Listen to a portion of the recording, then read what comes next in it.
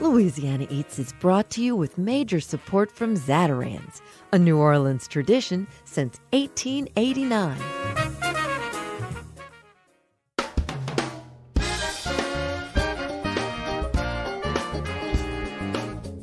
From our studios in the Southern Food and Beverage Museum in New Orleans, this is Louisiana Eats.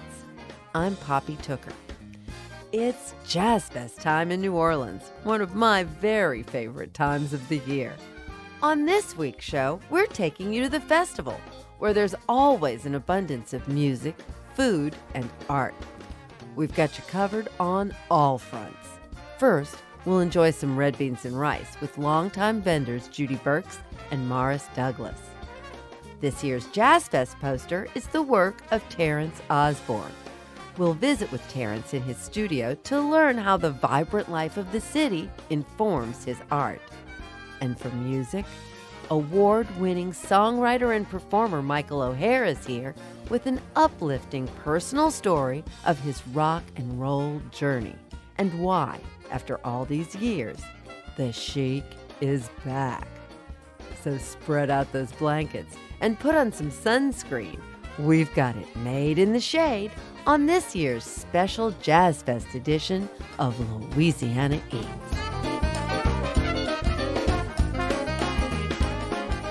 My name is Judy Burks, and I've been cooking red beans at the Jazz Festival since 1974.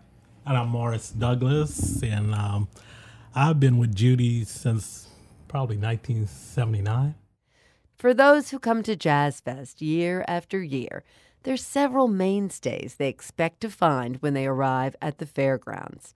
For some, it's the gospel tent. For others, it's the contemporary crafts area. And for many more, it's their favorite Jazzfest eats. Judy Burks' Red Beans booth has been woven into the very fabric of Jazzfest. She's been stirring her pot at the festival for over 40 years. We were honored to be invited to Judy's house to talk with Judy and her red bean partner, Morris Douglas. The two regaled us with festival memories as they prepared for another year of red beans. I fell in love with the Jazz Fest in 1973. It was my first Jazz Fest, although it wasn't the first Jazz Fest. It was the first one at the Fairgrounds. And so I proposed that my boyfriend at the time and I had a great black beans recipe, and we would try our black beans. There were not a lot of people who were kind of wanting to do that. Nobody was sure whether it was going to be profitable.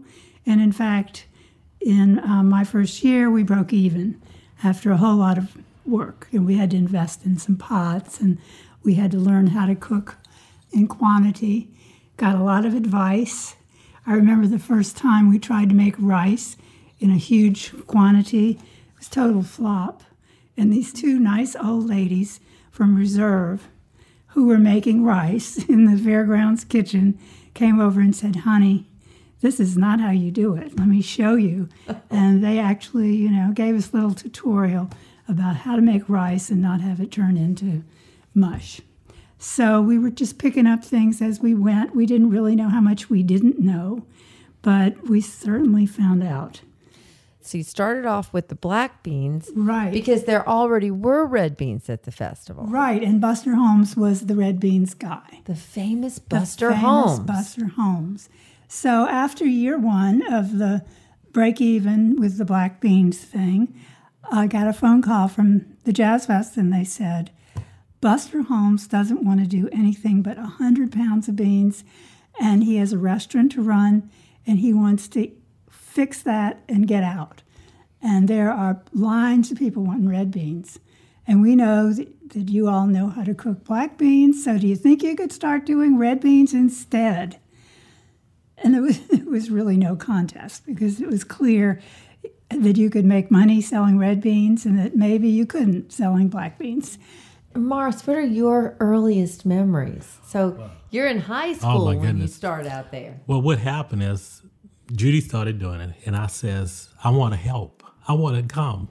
Morris started high school at Rob Wynn And I started teaching at Rob Wynn, teaching art. Oh, my And he gosh. was one of my students.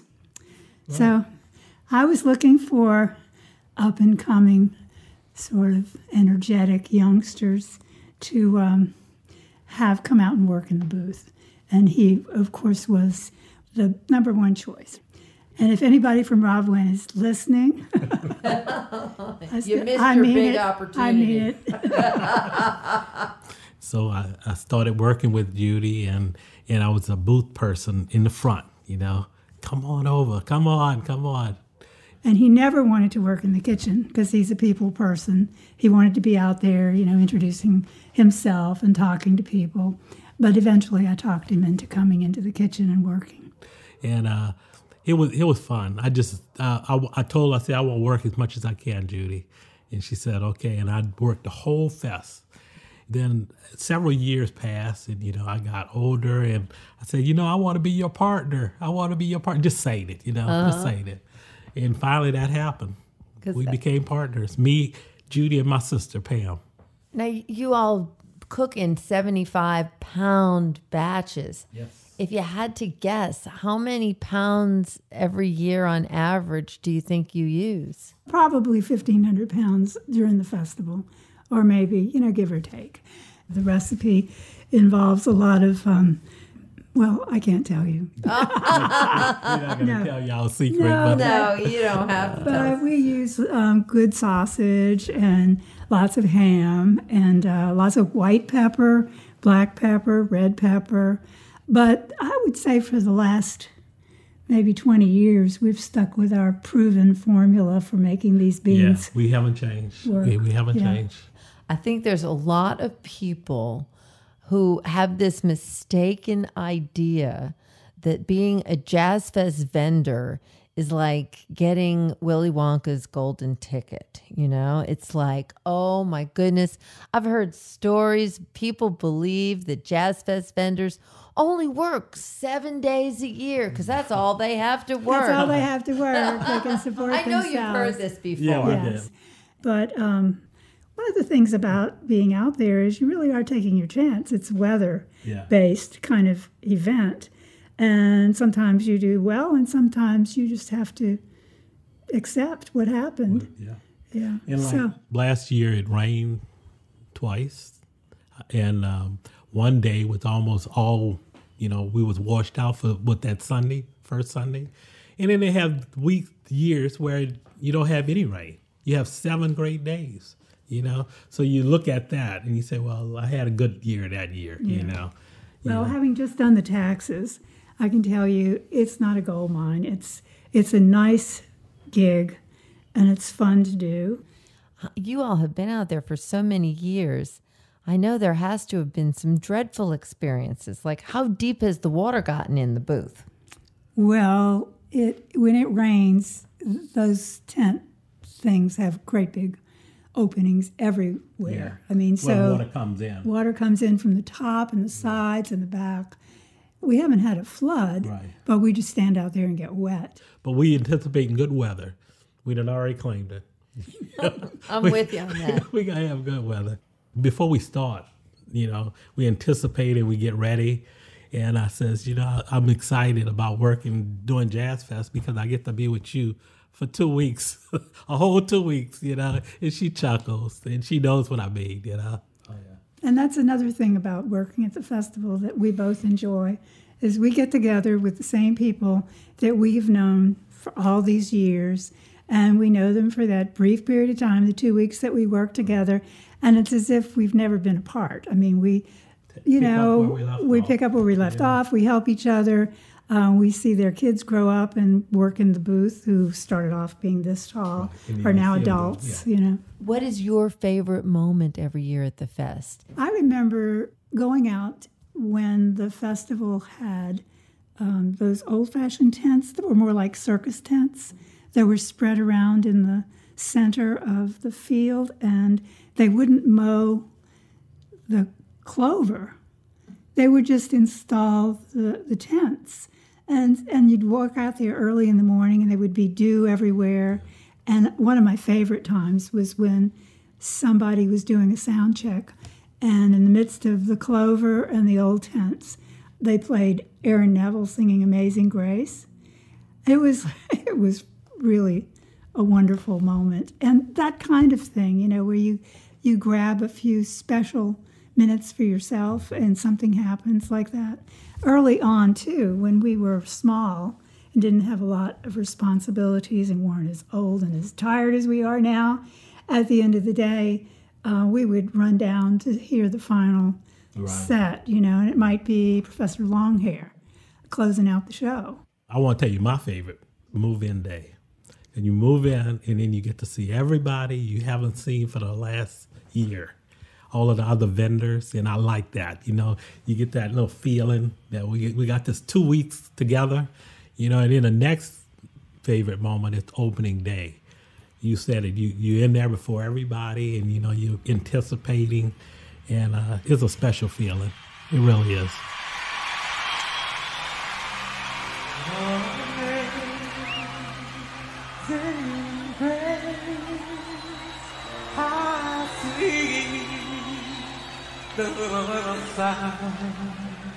That was Judy Burks and Morris Douglas, making the Red Beans magic happen annually at New Orleans Jazz and Heritage Festival. You know the one,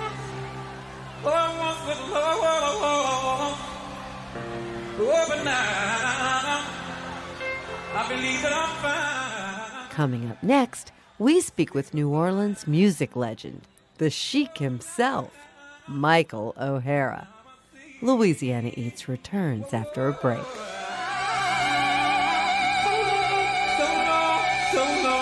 So long. Ooh. It's John Bad. Never got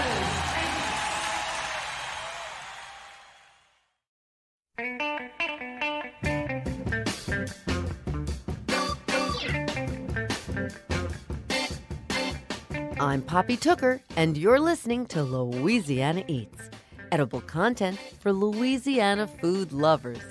Louisiana Eats is brought to you with major support from Rouse's Markets, from Camellia Brand, Beans Done Right, a New Orleans tradition since 1923, and Cafe B, featuring contemporary Creole cuisine with an emphasis on fresh Gulf seafood, served in a classic old Metairie setting, lunch, dinner, Sunday brunch, and private events on Metairie Road.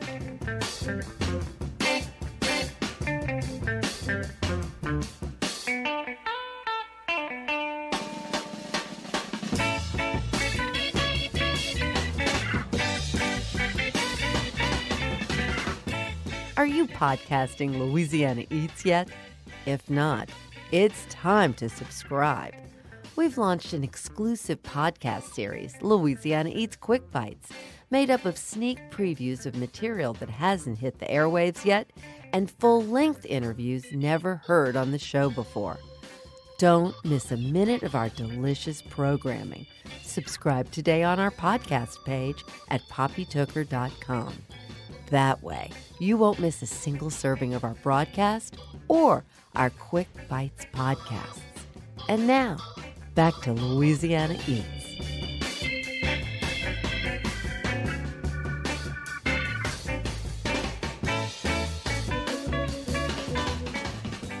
As a boy in St. Louis, Michael O Hara first found his calling at the age of 6, composing a Christmas carol for his family on their new Christmas piano. He honed this musical gift in the churches of his hometown, playing and singing gospel music. This foundation later led him to start his own band, the Sheiks, and find some success both in the club scene in New Orleans and opening for bands such as the Rolling Stones, the Police, and Chaka Khan. Ultimately, like many rockers of the time, sex, drugs, and rock and roll took their toll. After hitting rock bottom, Michael began the slow climb back to redemption. This journey eventually brought Michael back to New Orleans, where he is again performing as the Sheik. We talked with him about how he's come full circle. Hello, everybody. This is Michael J. O'Hara, known around this city as theSheik. Also, I'm getting to be known as the Torch Singer. I'm a 4-time Grammy nominee, 2-time American Music Award nominee, and I love Poppy. I love you. I love you. I love you. And thank you for having me. Well, I love you too, Michael. I am so tickled to have you here. And the long list of your accolades goes on and on. The 4 Grammy nominations, of course, the 2 American Music Award nominations, the 2 BMI Awards. Yeah. And my goodness, 1979, if we were to go back there, the band you were associated with, the Sheiks, your band, opened for the Stones, the Who, the Police, Shaka Khan. I was only 15 then. Yeah, of course. And you're a songwriter. And as that, you've had 2 #1 hits for Anita Baker. And Just because, and it's been you all the time. I mean, that's Patti just, LaBelle, you name it back then. I had, Jody Watley, CeCe Peniston, even Tremaine Judy Hawkins, Collins. Judy Collins. And I did 3 nights at Carnegie Hall with her where she featured me. And then I did a whole album with her on Columbia. Well, it seems like It's you have had amazing. 3 or 4 lives already. I don't count those because they say you only have 9. I want 20. Well, I would like to. I know that we're going way back to ancient history, but there's so many things that I'm curious about. What was craft services like when you're traveling with the Rolling Stones? Those were fringe times for us because they were always catered by some of the most amazing chefs. And so that's when we ate well. Yeah. But on the road, Mickey D's was a staple, Jack in the Box. But I come from, of course, a black family of cookers or, just cooking the macaroni and cheese and stuff like that. But I was even skinnier than I am now then, of course. But I could eat all of that wonderful food. Crab and shrimp meat dressing, stuffing, macaroni and cheese like 4 layers thick, all that stuff. I come from that. Cornbread, ham hocks, you name it. I still love all that food. And being back here in New Orleans, I've had to re-educate myself how to eat and stay thin, and healthy. Did you get clean and sober and then later address your love affair with food? Well, what I understand what you're asking now.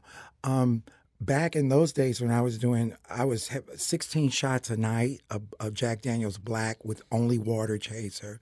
I think now God used that to filter my kidneys because I didn't like it with Coke or anything like that. And, cocaine, pot, you name it. I didn't like needles. So I couldn't do heroin or anything like that. But my nose, Jesus Christ. But anyway, I wasn't eating very much. Plus, we were performing and we were on the run, as most musicians understand that. And you know that. You're on the run. So I wasn't eating much. But I guess, and I didn't gain any weight all those years. What was the deciding point for you when you decided you had to clean up your act? Well, I didn't want to die. Seriously. I knew that I was coming very close to the edge, and I had that aha moment that we all talk about. And for me, it was the simple fact that I knew that I couldn't go any further, that I was going to die and become a statistic. And I seriously, one day, I was having a party, like I would clean up for, the big records, they pay me a ton of money. I do a record for a big artist, like 2 months or something, or a month, whatever it took. And then I would pay all my bills for 3 months and party. I'd give the party of the century with, everybody came and they knew it was drugs, sex, and rock and roll. And where were you living then? I was where living was this in going on? I was living in New York then. Ah. And one time during this downtime party that I was giving, and the place was just filled with cocaine and all, everything imaginable you can imagine was going on in there, and I was the ringleader. I was better than all of them. No. But anyway, I went to the restroom, and I looked in the mirror, and I saw that demon just behind my eyes. For the first time, I really looked at myself. Excuse me. And I said this one sentence to no one in particular. I said, my parents didn't raise me to be like this. God help me. I can't go on anymore. And I felt the power of God strike me from the crown of my head to the soles of my feet. I jumped in the shower and I started scrubbing and scrubbing for an hour or more. I came out, I put on fresh pajamas and everything, and I went through all my room. I had a palace of sin, and I told everyone, take all the drugs, all of the alcohol, everything, the party's over. Well, they thought, because that's generally what happened, I must have gotten a call from a record label to do another record project, but that was the end for me. I gave it all up because I just didn't want anything to control me. But my metabolism was all off kilter. So, of course, I'm home with all the saints of God, with my father's church people cooking and bringing over food. And I'm like, I haven't eaten this kind of stuff in a long time. I'm hungry. Well, 25 pounds, yeah, I was hungry. And 25 pounds, I thought, you can get rid of that. 30, and it just started coming on. And before I knew it, I had 230 pounds on me. Oh, my goodness. Over, 30 some odd year point. And then I took my mother to her normal doctor's visit. I'm in the office. Mama's giving blood in another room. And our doctor said, Michael, let me take your blood pressure. And I said, well, I'm not due for a visit for 2 months. She said, well, you're here. Let me take it. She didn't say a word. I'm on my phone texting. She's on hers 5 minutes or so later. She said, can you go in the hospital? You're about to stroke out and die. My blood pressure was 287 over 187. Wow. And I started crying. I said, what do you mean? That's why they call it the silent killer. And then she told me, you're obese, your pressure, you're going to stroke out and die. Then and there, I promised God and her and myself that I would change my life if she would release me on my own recognizance. And she did. She trusted me. And I went home. I gave all the bad food to the neighbors with all the children and stuff. They were so thankful. My mother was going to visit my sister in Philadelphia for 3 months. I put her on the plane the next day. I joined the gym. I started working out in the morning and at night. And 3 months later, when I picked my mother up at the airport, I lost like 70 pounds. 70 pounds? 70 pounds because I stuck to it. What were you eating? Oh, it's amazing what you can eat. But for a diet, for me and anyone that's over 50 to 100 pounds or more, you got to give up peas, corns, carrots, rice, pasta, butter, bread, everything that we have. But it's amazing what you can eat. And I learned how to eat. Plus, one thing that we Americans don't like to do, we don't like to read labels. You tell us that too, thank God for you. You have to read the labels because salt is the enemy. Now, here's what happened. After about 100 or so pounds, my body stopped burning fat. No matter what I did, no matter how I worked out. And then it started, anything that was fat was hold on to it. How many pounds were you overweight in total? I was 230 pounds. Was how much you weighed, period? That's how, no. I mean, past. You were 230 pounds overweight. Because, back in the day, I was 100 and maybe 15 or 20, 25, you remember. And you were a little skinny thing. A little skinny thing. Now, you tack on 230 pounds. Even on Facebook, my Facebook fans, I periodically will post what I call, excuse me, people, but for me, my fat pictures, so the people know I'm not lying. Yeah. And believe me, I love the comments when they go, dang, you were fat, you were, because nobody was used to seeing me like that. You've recently released a really fabulous new CD that I just loved. Tell me what's new and different about this CD. Well, having been blessed to write and produce songs for, all these stars, Patti LaBelle, blah, blah, blah, on and on, I missed the curve for myself, okay, as an artist. And believe it or not, besides the one Chic album going public back in the day in the 70s and stuff that we released in my former band, I had never done a solo project, and I had never been signed to a record deal. Well, thank God I approached John G. Otan of Rabadosh Records, very well, highly rated, independent label here for years. And he's also an amazing artist himself, pianist and everything. I called him one day at his office, and I said, he went, hello. I said, I need to speak with John Otan. I'm reading it because I went online. He said, this is John. I said, this is Michael O Hara, theSheik. Well, he went, holy, and he must have been in some kind of rehearsal. He says, guys, I got theSheik, Michael O Hara on the phone. I can't believe it. And I'm like, calm down. Don't wet your pants. I said, I'm looking for a record deal.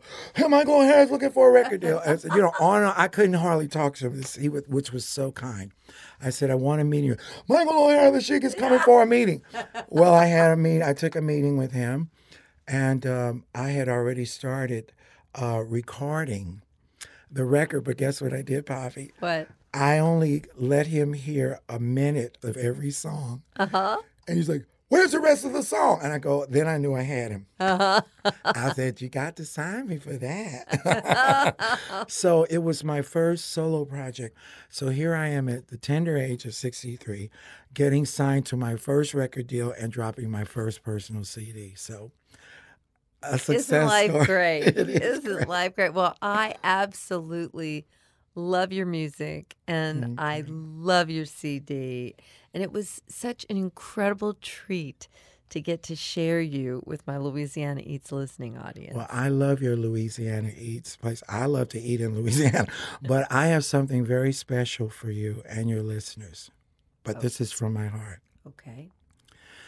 So time after time, you hear me say that I'm so lucky to be loving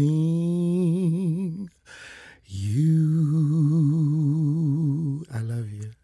I love you too. Thank you, Michael. Thank you so much. Thanks. Thank you. And to all your listeners, God bless. That was singer, songwriter, and chic, Michael O Hara. In the front of my mind, I'm scheming.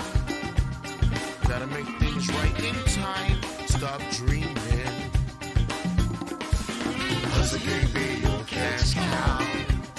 'Cause your mouth is writing checks, your ass can't cash now. You keep working, you're still poor. When they tell you work some more, maintain composure. Situations in the news, they are giving you the blues. Maintain composure. Maintain composure.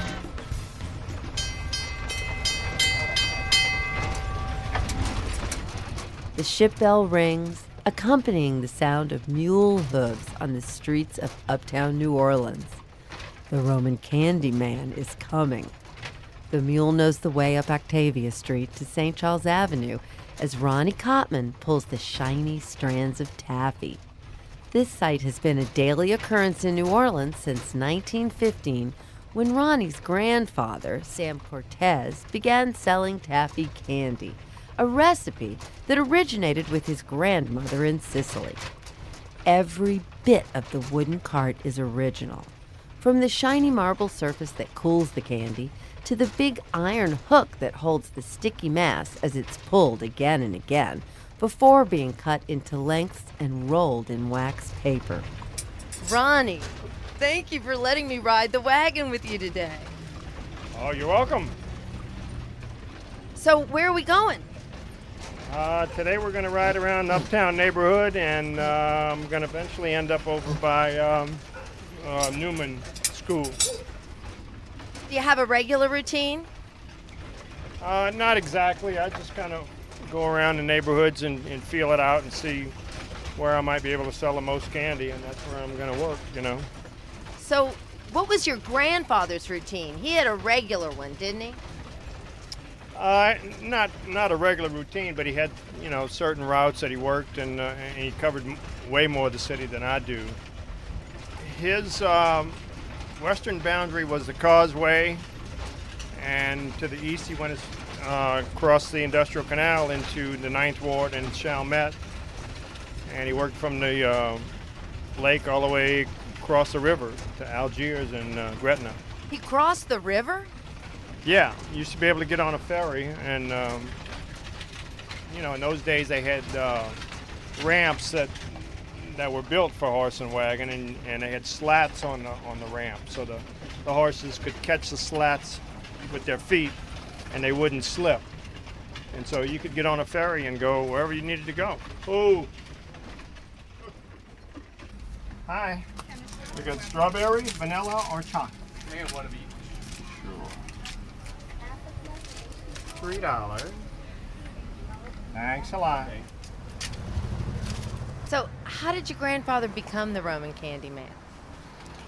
Well, my grandfather, his parents came from Sicily. He was a first generation born here, first generation American. As a little kid, he was run over by a streetcar when he was about 10 years old and lost both legs.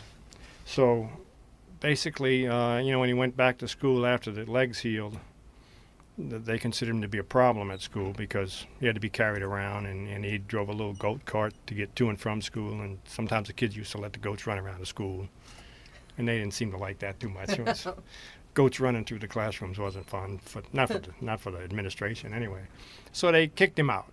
He was booted out of school in the 3rd grade, and so he had to do something. So he took the goat cart, put some fruit and vegetables on it, and he went out peddling from the time he was like 12 years old. He was a peddler. Eventually, he got a full-size wagons instead of a goat cart.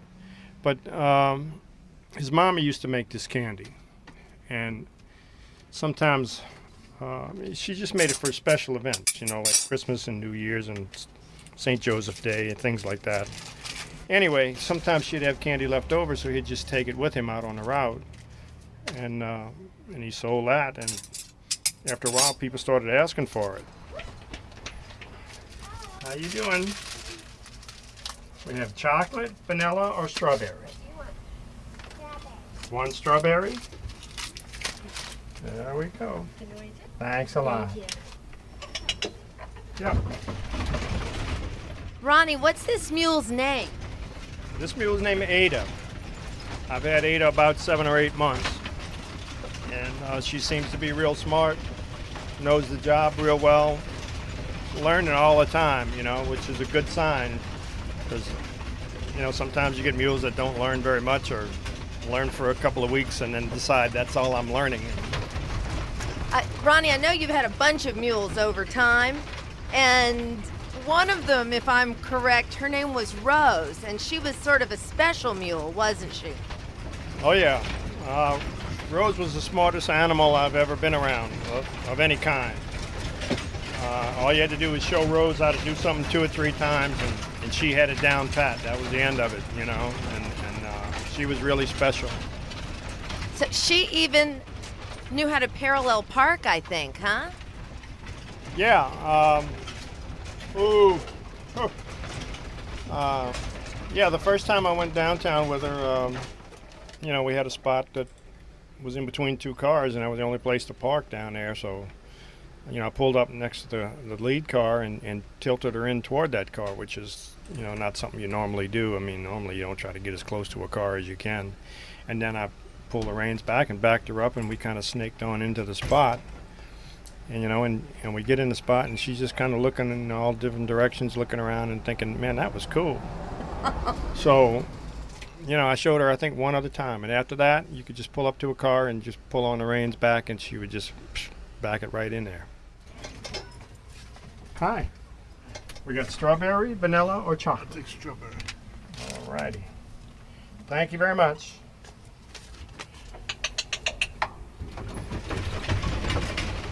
Ronnie, thank you so much for taking me on this fantastic ride.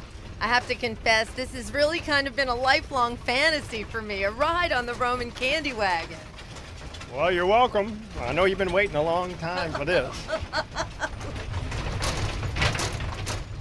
Ronnie Kotteman, RomanCandy Man, from his 103-year-old cart on the streets of Uptown New Orleans.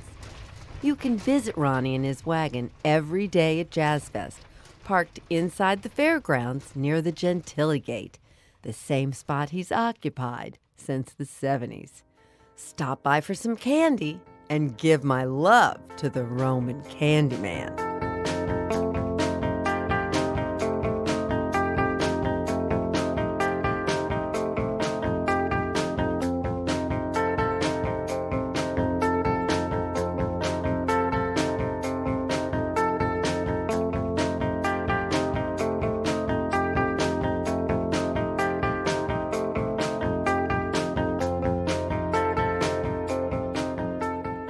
I did a lot of babysitting in high school. One of the tricks of my trade was taffy, a sweet, sticky mess that no child could resist. And oh, how much fun to make from scratch. After my ride on the Roman taffy wagon, I was inspired to have an old-fashioned candy pull. One word of warning, this is a cool weather sport. Don't try it when it's hot and humid. Just combine 1½ cup sugar with 1/4 cup water, 2 tablespoons of white vinegar, and 1½ teaspoons of butter. Stir over a low heat until the sugar dissolves. Then bring it to a boil and cook without stirring until the candy reaches 270 degrees. You can monitor the temperature with your candy thermometer or by dropping a drip into a glass to see if you've reached the hardball stage. Add a ½ teaspoon of vanilla and pour out onto the cold buttered surface. Marble is the best. When it's cool enough to dent with your finger, butter your hands and gather the candy into a ball and begin to pull into foot-long lengths until it's shiny. Kids of all ages will love this fun. For a copy of this recipe, visit our website, poppytooker.com. I'm Poppy Tooker, and you're listening to Louisiana Eats. A 1, a 2, a 1, 2, 3, 4. Oh, shucks! Who served the first fried chicken at Jazzfest? Stay tuned, and we'll answer that question when we come right back.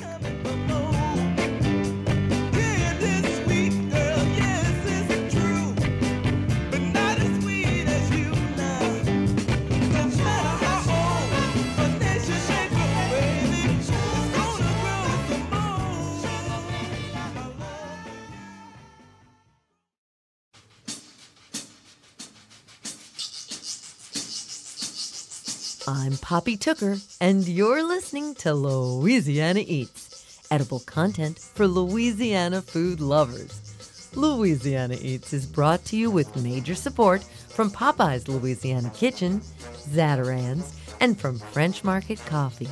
French Market Coffee's premium blended beans are locally roasted in small batches, creating a coffee that can only be called New Orleans bold.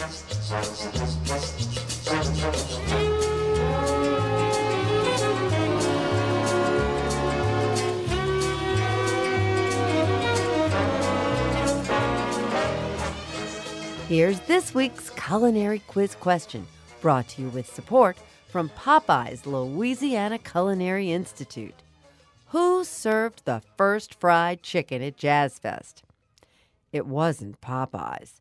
It was Mrs. Mercedes Sykes of the Second Mount Triumph Missionary Baptist Church in New Orleans. By the way, that first Jazzfest was held in 1970 at Congo Square on Rampart Street in New Orleans, and Al Copeland, he didn't fry that first piece of Popeye's chicken until 1972.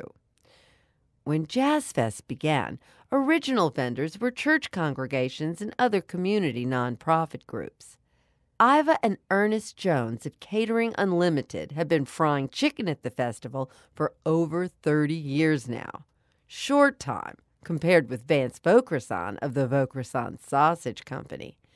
Vance was actually a newborn baby in his mother's arms at the time of the first fest, where his father, Sonny, served those famous hot sausage poor boys that Vance still serves at the festival today.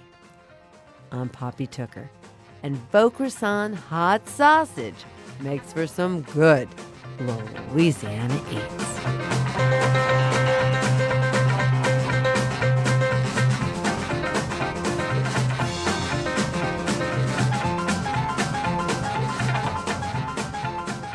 The artist palette of Terrance Osborne is as vividly delectable and diverse as Louisiana itself. You may have spotted his artwork at previous jazz and heritage festivals where he operates a mini gallery in a tent over at Congo Square, or on display in restaurants, bars, and homes throughout the state and the world. If not, you've certainly seen his official, highly sought-after Jazzfest posters. After the success of the Congo Square posters created in 2007 and 10 for the fest, Terrance was tapped to do the festival poster in 2012, a wildly successful rendition of Trombone Shorty. Terrance memorialized the Preservation Hall Jazz Band in 2014, and this year he's back again. Fest collectors, take note. This year's poster depicts a lively image of Fats Domino at the piano. Cleverly, the colorful background in Fats' poster picks up where Trombone Shorty's poster left off, making the two a must-have wall grouping for collectors. Louisiana Eats joined Terrance in his West Bank studio to discuss his artistic process. We began by talking about his earliest festival memories. Well, I was in college when I started doing the festival. I would go and see Richard Thomas, who's a local artist here, and I loved the way he sold his artwork and the way he was in the media, and I wanted that. So he's your inspiration. Yeah, he's one of the vets over there. He's been at it 30 years plus. And what's the experience of the festival like for you? Well, it's almost like a big reunion. Every year, some of the same faces come around and then some new faces, but it's just a big party. Everybody's feeling good and sharing. Everybody who goes to the festival knows that the food at the festival itself is an art. And since you are a festival artist, you practically live there during the 7 days the festival's going on. Oh, yeah. So what's the first thing you eat? The first thing I eat is the mango freeze. You love that one. Gotta have a mango freeze. I mean, we probably have, between my wife and I, we have about 10 each before the festival's over. And what else? What else sustains you during festival? The crawfish bread is amazing. There's somebody who sells it who is just the best. I mean, you know it when you have it. Plantains. Oh, yeah. Those are wonderful. And the jamma jamma. You can't eat the plantains without the jamma jamma. Of course. But tell me, what inspires your art? Well, color, definitely. There's really two different inspirations for me. One, it has to do with the content, and that's more of something that I was born into. You know, before I realized what New Orleans was, I was already expressing the culture. And I think that's true for a lot of locals here who are talented and project that. You're born into it, and then eventually you get around to expressing it and then realizing it and then appreciating it because you've been in it the whole time. I think the other thing is the color. We're vibrant and energetic and eccentric people, and we love our culture. And the color is a great expression of it. You know, we're not afraid to paint our houses purple and green or pink and brown. It's easy to find it anywhere in the city. So I don't know, it just feels kind of natural to use any color. So Terrance, as steeped in New Orleans culture as you were growing up, did you have to leave New Orleans to get perspective on that? Well, I had a little bit of understanding of the culture pre-Katrina, but leaving the city gave me an entirely different perspective. We moved to Georgia. So we stayed in Georgia for almost 3 years, I believe. 3 years? Almost. Yeah. And yeah, that was a long time. And I almost got settled. Because in Georgia, we stayed in an area where the trees changed. You don't see that in the city. And so when I came back to the city, I realized what I missed. And the people, how everybody talks to you in New Orleans. We have a sense that everybody's family, like, somebody through somebody else, and so that I think that's why we talk to each other so freely here. You don't get that in most other places. What drew you back? Well, that's what drew me back. I missed that. I realized that I'd hardened up, and when I came back, I was reminded of how I am supposed to be. So that was like the deciding factor. We had to come back. Well, we're all really glad that you did. Now, we met each other at a food event, and one of the thoughts that you shared with me is that in your paint colors, you see food sometimes and correlations to that. Would you talk to me about that? Sure. A culinary artist, when they make their meal, mix all of these different foods or ingredients, and then they play around with temperatures and stuff to get the food to do what they want to do. I do the same thing with my artwork. When I'm mixing my paint, I know where I want to go with my color, and eventually I create something that is visually appealing, and it has the same visual appeal that food has. It almost looks edible when I'm done. So how do you want people to view your art? What do you want your art to mean to people? Well, I want people to look at my art and be overwhelmed. I like to throw colors together that feel good to me. So when I'm done with my piece, I want my spectator to look at it without me even being there and feel what I felt while I was working on it. To me, that exchange is priceless. Well, I am a big fan, and it was really thrilling to have this opportunity to find the artist in his studio at home. Thank you so much. Thanks for having me, Poppy. I appreciate it.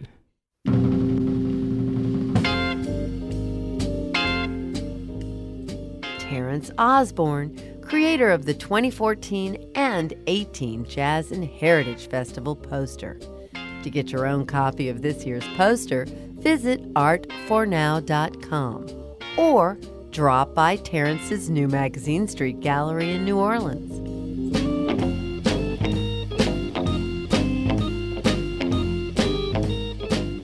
That's it for this week's edition of Louisiana Eats, edible content for Louisiana food lovers. Have you missed an episode of Louisiana Eats? Hear today's show or catch up on previous editions anytime online at itsneworleans.com. If you're not podcasting yet, it's time to subscribe. We've launched an exclusive podcast series, Louisiana Eats Quick Bites, made up of sneak previews of material that hasn't hit the airwaves yet and full-length interviews never heard on the show before. Visit our podcast page at poppytooker.com so you won't miss a single serving of our broadcast or our podcast. Louisiana Eats is made possible with major support from Popeye's Louisiana Kitchen, Zatarain's, French Market Coffee, Camellia Beans, and Rouse's Markets. Additional support for Louisiana Eats is provided by the Shreveport-Bossier Convention and Tourist Bureau and from Dickie Brennan's Steakhouse, a local New Orleans steakhouse serving prime beef and Louisiana Wagyu in New Orleans French Quarter, where on May 8th, you can learn the art of butchering from internationally renowned Italian butcher Dario Caccini. For more information, go to DickieBrennanSteakhouse.com. Original theme music by Johnny Sketch and the Dirty Notes. Big thanks to producers Joe Schreiner, Sarah Holtz, and Reggie Morris. And to our business manager and social media maven, Maddie Mullidew. Come visit us anytime in our Louisiana Eats studio at the Southern Food and Beverage Museum. Don't forget to find our recipes and see what we're up to at poppytooker.com. You can check us out on Instagram and Facebook too. Louisiana Eats is a production of Poppy Tooker Broadcasting.